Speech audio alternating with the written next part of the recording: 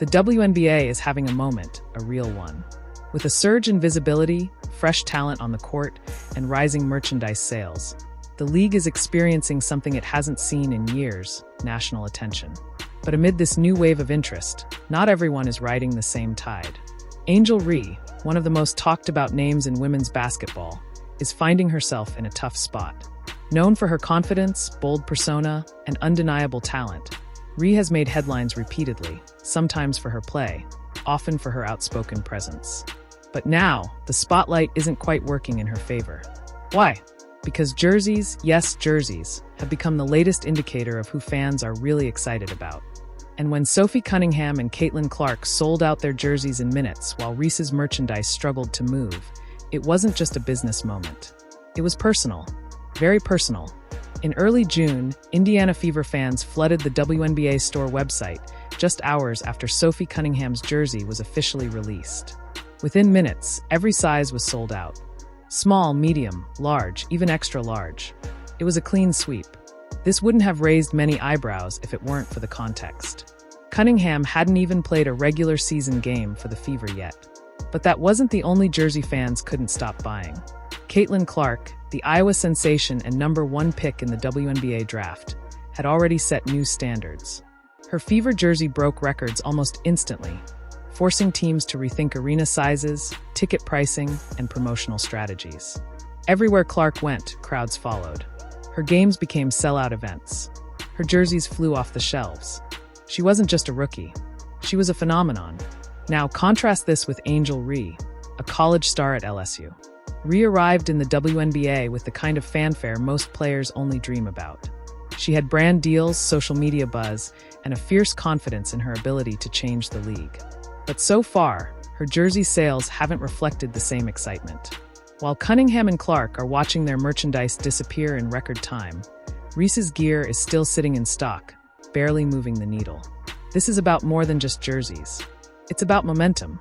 When fans are genuinely excited about a player, they show it in the most direct way possible. They spend money. They buy tickets, wear their names on their backs, and fill arenas to capacity. For Caitlin Clark, that fan energy has been overwhelming. She's caused opposing teams to move games to larger venues just to accommodate demand.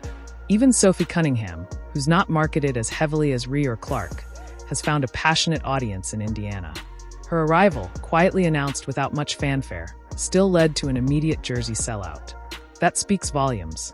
Fans want to see her play. They want to support her. They're invested. Angel Reese, despite having the tools and visibility, hasn't sparked that same fire. Her preseason games with the Chicago Sky have drawn modest crowds, and her jersey sits on shelves while others vanish. For someone who's spoken frequently about being the face of the league, the lack of tangible support raises tough questions. It's not about talent alone. No one denies Reese's potential. She was a dominant presence in college, and she's shown flashes of promise in her early WNBA games. But success at the professional level isn't only about athletic performance. It's about connection. It's about how fans perceive a player, the story they tell themselves when they root for someone. Caitlin Clark has captured the hearts of fans not just because she's talented, but because she represents something new, a shooter with range, vision, and poise. Clark plays with a flair that reminds people of Steph Curry. She's humble, focused, and has let her game do most of the talking. Fans trust her, and that trust has turned into loyalty. Sophie Cunningham, on the other hand, is the underdog-turned-fan favorite. She plays hard, brings grit to every game, and has developed a quiet but strong following. She doesn't do much self-promotion, but fans have gravitated to her because they see authenticity. Someone who shows up, plays hard, and leaves it all on the court. Sophie Cunningham just showed up in Indy, hasn't played a game yet. Angel Reese has leaned into a different narrative, the villain role. From college rivalries to social media battles, she's embraced controversy. And while that may work for engagement online, it hasn't translated into packed arenas or sold-out merchandise. People are watching her, yes, but fewer seem willing to financially support her the way they do others. It didn't take long for Reese to notice the difference. Social media, which once cheered her rise, has become a mix of support and criticism. Posts highlighting jersey sales, empty seats at Sky games, and comparisons to Clark's impact have flooded timelines. Ree, never to stay quiet, has responded subtly, liking tweets, making pointed comments, and reminding everyone that she knows her worth. But there's a growing sense that frustration is building. When you believe you're the future of the league, when you've been told that you're a game share, and yet your impact isn't showing up in the numbers, it stings. Especially when others who didn't arrive with the same level of hype are receiving that kind of love from the public. The jersey sales are just a symbol. What they really represent is fan investment. And right now, Ree is watching other players receive the kind of attention and support she was promised. Angel Reese has been at the center of marketing campaigns since before she set foot on a WNBA court. From beauty brand deals to major sports endorsements, she's turned her fame into profit, and rightfully so.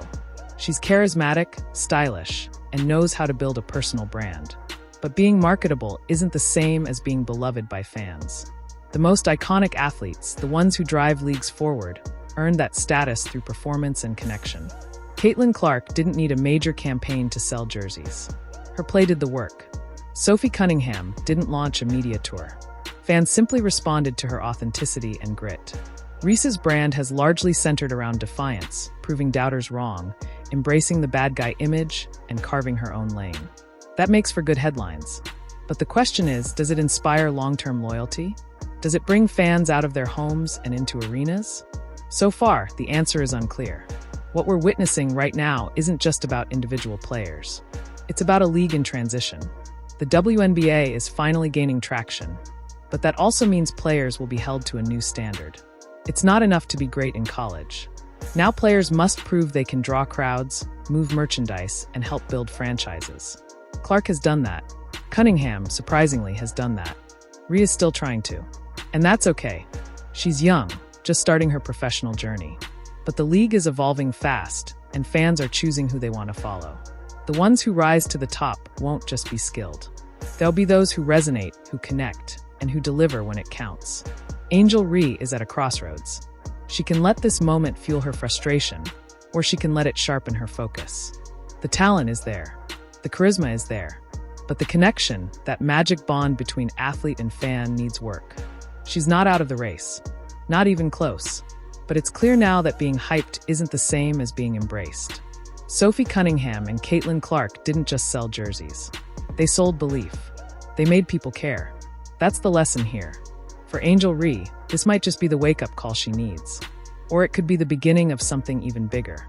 A comeback story that shifts the narrative. One thing's certain, the fans are watching, the league is watching, and the next move is hers.